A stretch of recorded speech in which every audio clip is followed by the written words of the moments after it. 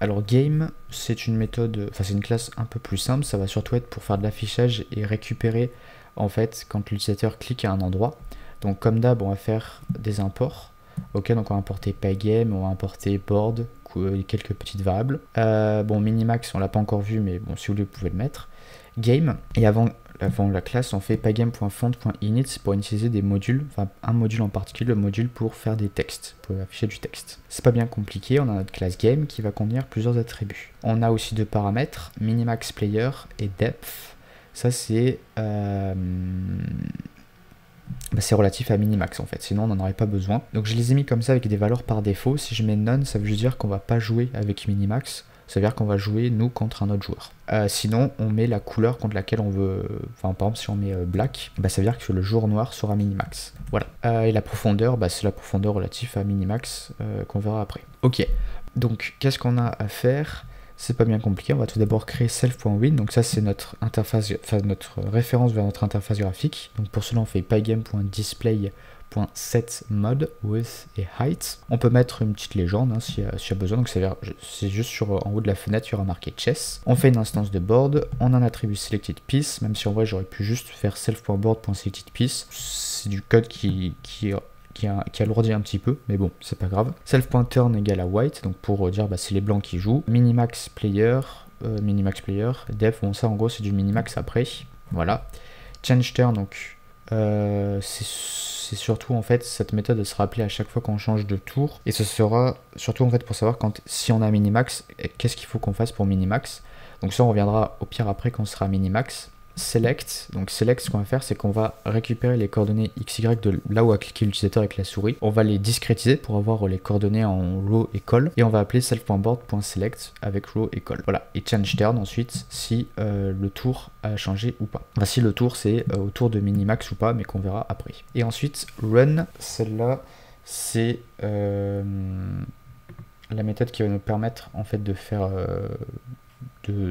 prendre vie au jeu, on va dire. Et donc ce que l'on fait, c'est qu'on fait une boucle run avec while, enfin une boucle while run.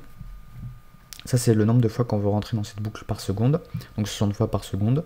Et ce qu'on va faire, c'est qu'on va faire for event in pygame.event.get if event.type égale à pygame.quit. Ça s'avère on appuie sur la croix rouge et on veut fermer le jeu. Si par contre l'utilisateur a cliqué avec la souris, on récupère les coordonnées de la souris, là où il a cliqué, et on les envoie dans select. Et ensuite on fait un self.board isGameOver pour vérifier si le jeu est terminé ou pas. Et si le jeu est terminé, donc on fait self.board winner pour vérifier ça, et qu'il appuie sur la touche espace, alors on reset le jeu, on fait self.board égale à board, on fait une nouvelle instance, et self.selectedPiece égale à none, et self.turn égale à white, et self.update c'est pour mettre à jour le jeu qui appelle juste pygame.display.update, et on appelle la méthode draw. Voilà. Et si à la fin de while run on sort de la boucle while run, et bien on fait pygame.quit. Ensuite on va faire les méthodes de draw. Qu'est-ce que nous avons? Nous avons draw valid moves. Donc draw valid moves, qu'est-ce que c'est? C'est pour afficher les coups disponibles. Donc pour cela on fait for move in self.board.valid moves, et on va afficher un petit cercle qui sera la coordonnée de la case en fait où elle est, et le diamètre ce sera un petit truc en fait de couleur vert.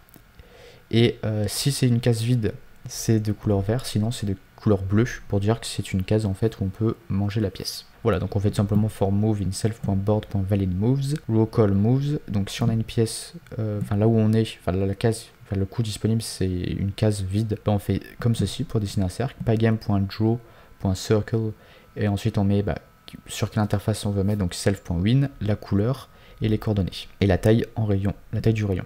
Et là c'est le même principe, sauf que c'est en bleu. Draw, donc on fait self.board.draw. Ensuite, si on a une pièce sélectionnée, on fait draw.validMoves. Et si on a un warning aussi, on l'affiche en faisant du texte. Donc pour cela, on crée d'abord une police. Donc on fait pygame.font.sysFont, et on met ensuite la police qu'on veut, donc du Comic Sans par exemple, et la taille de police. Et on fait text égale à font.render.